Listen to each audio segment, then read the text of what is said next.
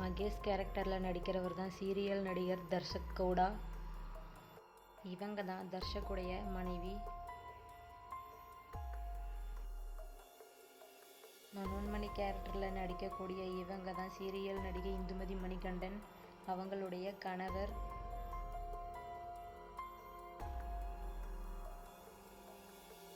சுயம்புலிங்கம் கேரக்டரில் நடிக்கக்கூடிய இவர் தான் சீரியல் நடிகர் லட்சுமி ராஜ் அவங்களுடைய மனைவி.